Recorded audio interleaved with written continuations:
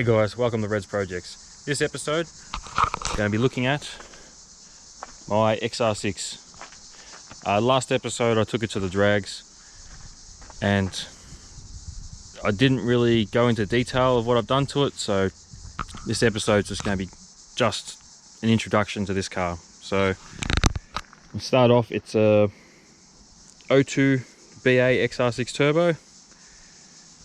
It was originally a 5-speed and I've put a C9 3-speed auto into it. I've got B&M shifter for it. Let's open the bonnet while we're here.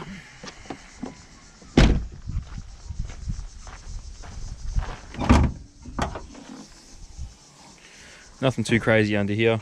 Standard turbo at the moment. I have got, you can't see it anyway, but 4-inch dump into a high flow cat and a full Venom exhaust system, a twin 2.5. I've got a nice big Nispro intercooler in there with this cold side piping that comes with it, aftermarket airbox. I got some ID 1000 injectors. You might not be able to see it, but that shiny thing down there is a surge tank. Maybe from no, you probably can't see it anyway. But that's a little billet surge tank that goes under there, and it's got a Bosch 044 or 040. I always get those two confused, but it's got one of those in there. The motor has been built as well. It's got forged pistons, H-beam rods, billet oil pump gears, valve springs, and that's it. There's a fresh set of bearings and everything in it, because the early ones of these are known to having weak con rods, so I thought I'd get all the weak parts out to start with. But other than that, it's pretty simple. Makes about 315 kilowatt. So the next thing for this will be get rid of this airbox, put it either over where the battery is or underneath the battery, and then have this pipe here come straight up, do a loop and go into the throttle body, so I can get rid of this and get rid of a lot of restriction. So that'll be the next plan for it, and hopefully unlock a bit more power. But yeah, we're gonna go put some fuel in it, take it for a drive with you, and have some fun with it. Actually, I thought I'd better at least start it up for you.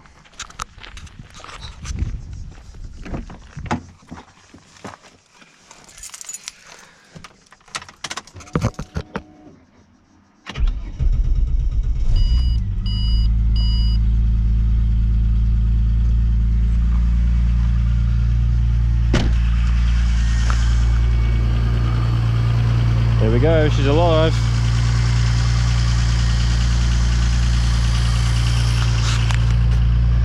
Now, because of the forged pistons, it's quite noisy when it's cold, but once you warm it up a little bit, especially if you give it a few pulls with it, get it hot, it quietens up nicely and runs beautiful.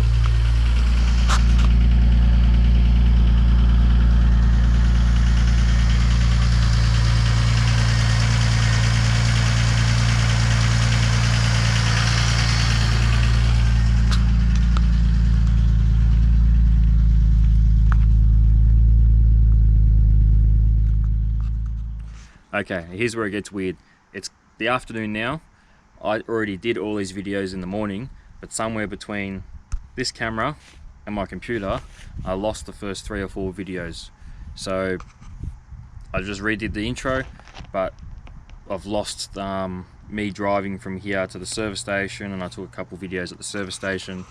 But leaving the service station, I set the camera up to look at the shifter, and that's where we're going to carry on. So enjoy.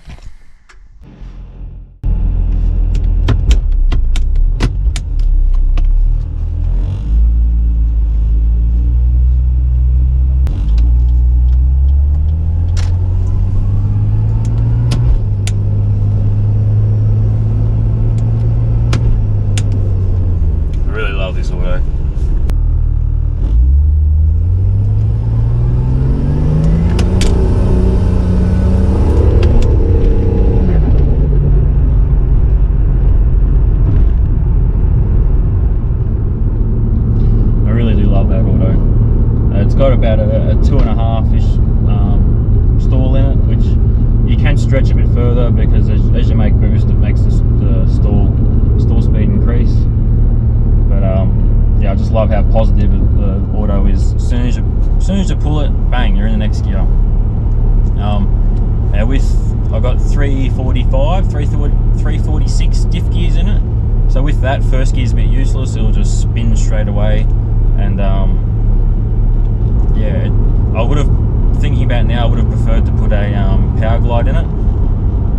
But yeah, you basically, as soon as you take off, you get out of first, go into second, and then from there, in second, you can normally put the power down without wheel spin, and then as you're slamming into third, you know, you're pretty much, you're going too fast anyway. So ideally, I want probably around 400 rear wheel kilowatt, and I want it to run a high 10. That's kind of the goal for this car. Keep it as standard looking as possible. Keep it as user friendly as possible. Keep low mount turbo. Keep all that sort of stuff. Don't make it too crazy. This car's like love-hate. Like sometimes I'll love it. Like I take it to the drags and go to a big skid in it, and I think it's the best thing in the world. And then other days I just get sick of it because I keep spending money on it. And it is a high kilometer car, so there's always stuff, ball joints and stuff going wrong and all that sort of shit. So yeah, sometimes I want to get rid of it, sometimes I want to keep it forever. But yeah, realistically, I've got my ute, and I've got another project with another car that the LS is going into, so that might become the fast car. So I'll see how I go with that. Another thing I should mention, these tyres are nearly at the end of their life. They're pretty much down to the wear indicators, so I think we'll have to go finish them off today. I've got a new pair of Nittos I want to put on, which should be grippier and better. So once these tyres are gone, those tyres are going on. So yeah, I think we should finish these tyres off.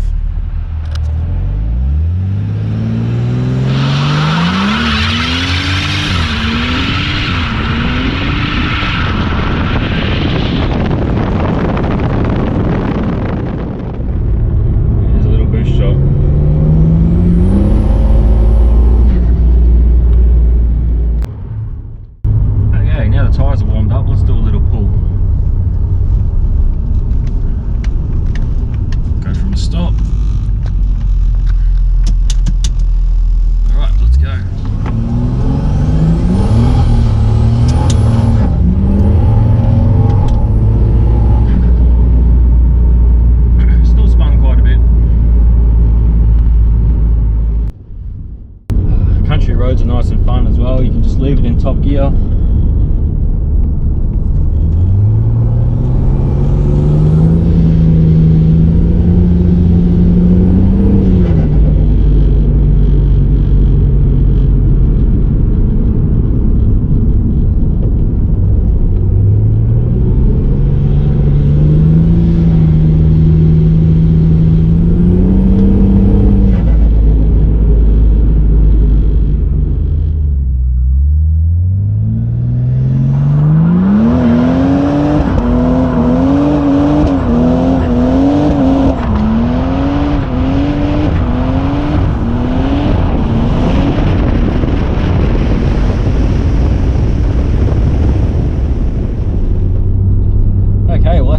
Episode. Hope you had fun. I definitely did.